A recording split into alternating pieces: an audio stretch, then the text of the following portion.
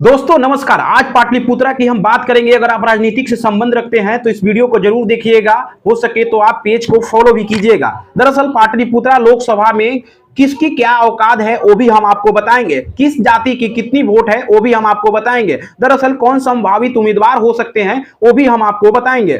कहा जा रहा है कि बिहार के पटना जिला में 2 लोकसभा क्षेत्र स्थित है। दरअसल पहले नंबर पे पाटलिपुत्रा तो दूसरे नंबर पे पटना साहिब है। पटना साहिब एक के शहरी क्षेत्र है और वही पाटलिपुत्रा लोकसभा क्षेत्र जो है ग्रामीण क्षेत्रों में पड़ता है। आज हम बात करेंगे पाटलिपुत्रा लोकसभा की, जो शहर के प्राचीन नाम पर रखा गया इसका नाम है। पाटलिपुत्रा के सांसद रामकृपाल यादव हैं। रामकृपाल यादव पहले लालू प्रसाद यादव के साथ हुआ करते थे, लेकिन 2014 में उन्हें बगावत करना पड़ा। दरअसल लालू प्रसाद यादव के हनुमान भी कहे जाते हैं रामकृपाल यादव, ये भी हम आपको बता दें। 2014 में लोकसभा में टिकट नहीं मिलने के कारण बगावत कर बीजेपी के साथ आ गए। सबसे बड़ा फायदा बीजेपी को हुआ क्योंकि वह उम्मीदवार खोज रहा था और उस लायक उम्मीदवार भी मिल गया। दरअसल ज्यादा उम्मीदवार होने के कारण बीजेपी ने उन पे दांव खेला और वह जीत भी गए हैं। रामकृपाल यादव प्रचार में लग गए। दरअसल प्रचार में लगने का कारण यह भी था क्योंकि पहले से भी वह इस क्षेत्र में बहुत ज्यादा घूम चुके हैं, उनके लिए संघर्ष ना के बराबर थी। 2014 की हम बात करें तो, और रामकृपाल यादव के अगर कोई विपक्ष में है तो वो लालू प्रसाद यादव की प्रथम बेटी मीसा भारती, जो कि डॉक्टर मीसा भारती, उनके विपक्ष में खड़ी हुई थी। और चाचा और भतीजी की बात थी जिसको लेकर लड़ाई जो है ना दिलचस्प होती गई और अंततः रामकृपाल यादव की जीत हुई। दोस्तों अब हम बात करेंगे पाटलिपुत्रा में 6 विधानसभा आते हैं, जिसमें से दानापुर में रीतिलाल यादव जो कि आरजेडी के विधायक हैं, मनेर में भाई वीरेंद्र जो कि आरजेडी का विधायक है, मसौरी की हम बात करें तो रेखा पासवान जो कि आरजेडी के विधायिका हैं, पालीगंज की हम बात करें तो संदीप सौरभ जो कि माले के विधायक हैं, विक्रम की बात करें तो सिद्धार्थ सौरभ जो कि कांग्रेस के विधायक हैं, फुलवारी की बात करें तो माले के विधायक यानी गोपाल रविदास हैं। दरअसल पुरी की हम बात करें तो महागठबंधन की 6 में 6 सीट पाटलिपुत्रा लोकसभा सीट में कब्जा है। देखना यह भी दिलचस्प होगा कि इस बार किसका कब्जा 2024 में पाटलिपुत्रा लोकसभा सीट पे होती है। 2014 की हम बात करें तो रामकृपाल यादव को 3,83,262 वोट मिले थे। मीसा भारती जो कि आरजेडी से थी उन्हें 3,42,940 वोट मिले थे। रंजन यादव जो कि जदयू से थे उन्हें 91,228 वोट मिले थे। रामेश्वर प्रसाद जो कि माले से थे उनको 51,623 वोट मिले थे।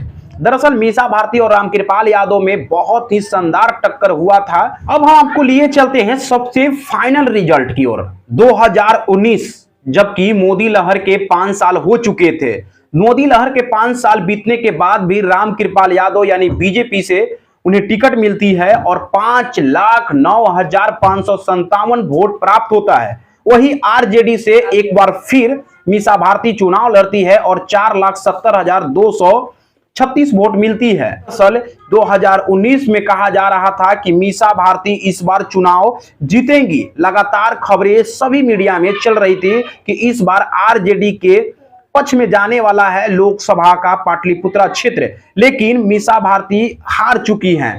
दरअसल हम बात करें तो मीसा भारती को 39,321 वोटों से करारी हार मिला, जबकि उन्हें सभी मीडिया हाउसों ने जीतते हुए दिखाया था। चाचा और भतीजी के बीच 2 बार मुकाबला हुआ और दोनों बार हार का सामना भतीजी को करना पड़ा। अब हम आपको बताते हैं जातिवार जनसंख्या किसकी कितनी होती है।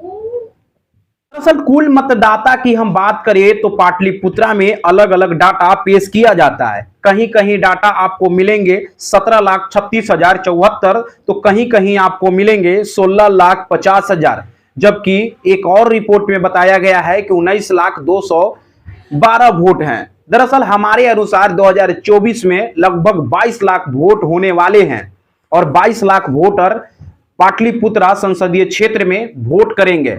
दरअसल अगर जातिवार देखें तो जातिवार देखने के लिए हम आपको बताते हैं कि जातिवार जनसंख्या कितनी है।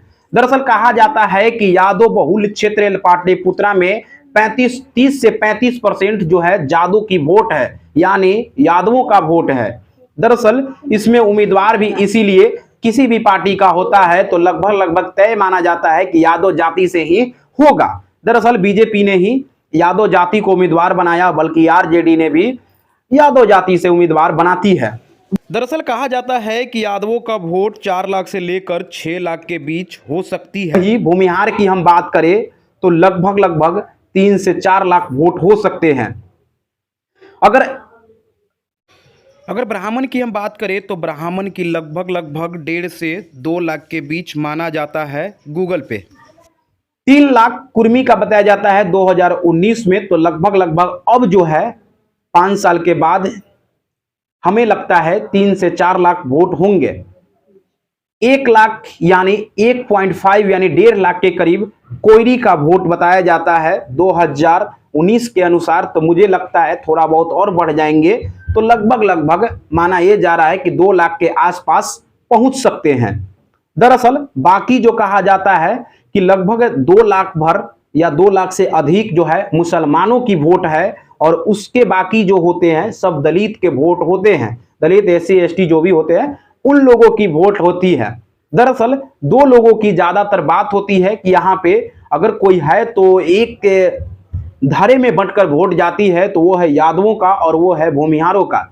भूमिहार और यादवों का वर्चस्व वाली पाटलिपुत्रा क्षेत्र में लड़ाई जबरदस्त होती है, लेकिन जीतता यादव ही है।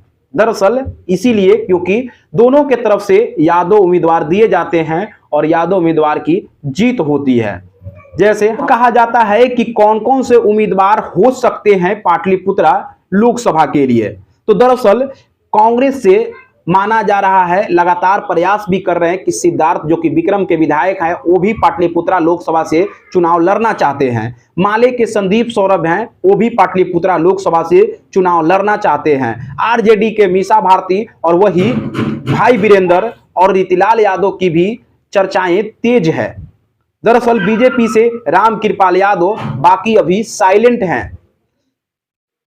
अगर हम जदयू से बात करें तो जदयू में अभी कोई घोषणा हमें नहीं पता है कि कौन लड़ सकता है लोकसभा का चुनाव जदयू से। फिलहाल ये थी संभावित कि हो सकता है ये लोग लड़ सकते हैं।